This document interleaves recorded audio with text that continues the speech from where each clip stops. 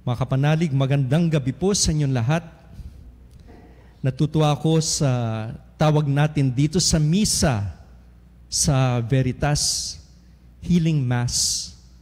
Na alam natin na yung ating Santa Misa, isa sa mga ginagawa nito ay yung pagpapagaling, to heal. And healing, itong pagpapagaling, ay isa sa mga bagay na ginawa ni Jesus. Na dumarating si Jesus tuwing misa at pinapagaling tayo. Siguro, marami sa inyo ang gumaling na physically, pero mas higit pa ron yung pinagaling niya spiritually sa kaluluwa. At ito yung narinig natin sa ating pagbasa ngayon, na si Jesus ay nagpagaling.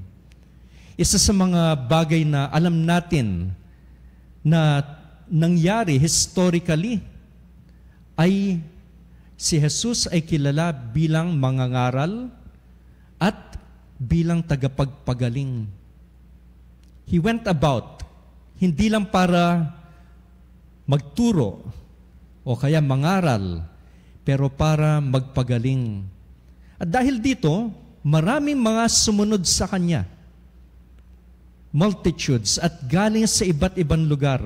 Sa ating pagbasa ngayon, narinig natin saang ibayo galing lahat naman nakinig sa Kanya.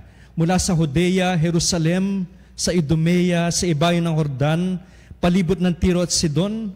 Kapag tinignan ninyo yan sa mapa, sa geography, ang pwede nating sambitin, no? Sa wikang Ingles, they're from all over, mula sa iba't ibang lugar. At ito yung isang bagay na kung bakit tanyag si Jesus.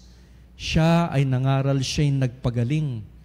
Kaya nga may punto yung rock musical na ginawa noong 1970s, yung Jesus Christ Superstar.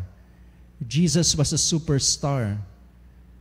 Not only because we know, alam natin, na siya'y anak ng Diyos. Pero nung panahon niya, siya'y tanyag. Siya'y superstar dahil doon. Dahil nangaral siya at nagpagaling siya. Pero alam niyo, merong isang clue doon sa huling bahagi nating ebanghelyo, na malalaman natin na hindi niya inasam-asam ang lahat nito. Ano yung narinig natin nung huli? Sa kabila ng maraming sinabi tungkol sa Kanya, at doon sa mga nagpunta sa Kanya, nagpatira pa, sumisigaw, ikaw ang anak ng Diyos. Alam niyo, ang tugon niya ron, mahigpit silang pinagbawalan ni Jesus. Ayaw niyang ipasabi kung sino siya. Bakit? Isa ito sa mga tinuturo ko. Nagtuturo po ako ng scriptures.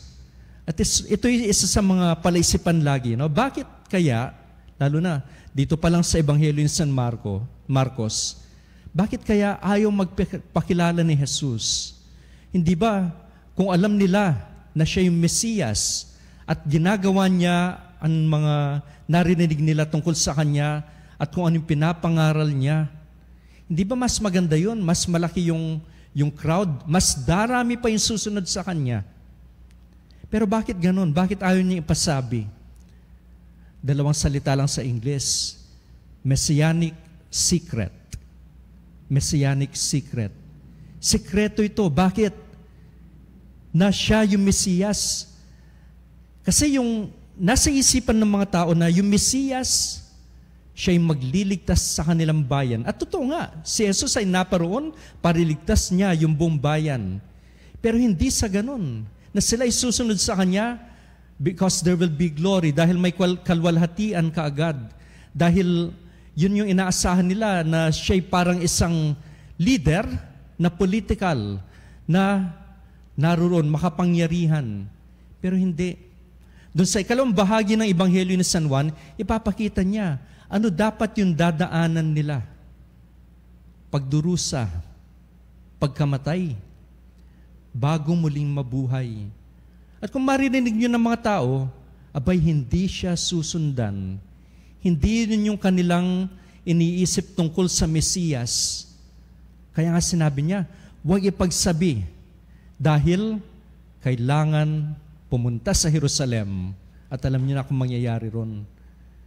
Kaya nga, it's not just being a superstar. No.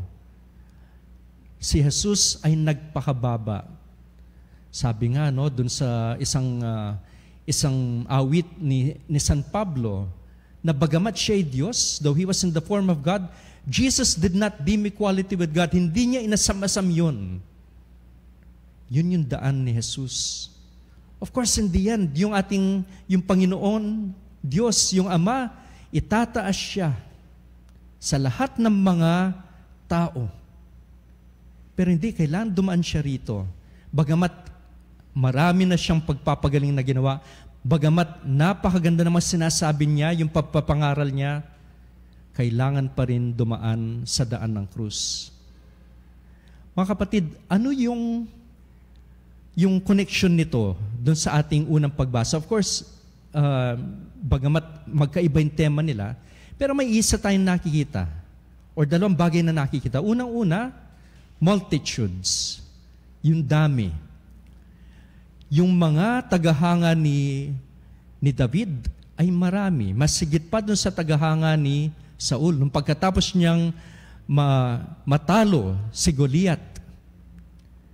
Ikalawa, yung pagpapakumbaba ni Jesus. Nakita natin sa pagpapakumbaba ni Haring David. And therefore, ano makita natin kay Jesus? Siya ay katulad ni David. Higit pa siya kay David. Pero kita natin na si David, siya ay isang prefiguration, imahe na nagtuturo kay Jesus. Tungo kay Jesus. Pero magandang pagnilayan din natin itong si Haring David at si Haring Saul. Kita natin na ano yung naramdaman ni Saul. Nung nakita niyang mas marami yung mga humahanga dun kay David, gusto niyang patayin. Ayaw niya ng karibal. Nagsiselo siya, naiinggit siya. Kasi gusto niya yung kalwalhatian sa kanya, hindi kay David. Siguro natural yun sa mga tao, no? Pero alam niyo, nagbigay ng paalala sa kanya na huwag patayin si David. Dahil si David ay isang hinirang ng Diyos. Yung kanya mismong anak na si Jonathan, na kaibigan ni David. He interceded for him. Pero alam niyo mga kapanalig, itong mga nakaraang mga araw, nakita natin yung mga salaysay dun sa aklat ni Samuel. Yung unang aklat ni Samuel, nakita natin kung paano hinirang si Saul bilang hari. At ito lang ang pwede nating siguro moral lesson ng itong mga nakaraang araw. Si Saul ay tinawag. Siya'y hinirang. And many of us are called. In one way or another, we are called like Saul. Pero alam nyo, meron tayong isang nadaanan na mga salita na nawala yung loob ng Panginoon kay Saul. Bakit? Siguro maraming mga dahilan. At isa na ito nakita natin sa mga dahilan na posible pala yun na tayo'y tawagin ng Panginoon at dumarating ang panahon na nawawala yung loob niya sa atin. Bakit? Kasi hindi natin sinusunod yung kagustuhan niya.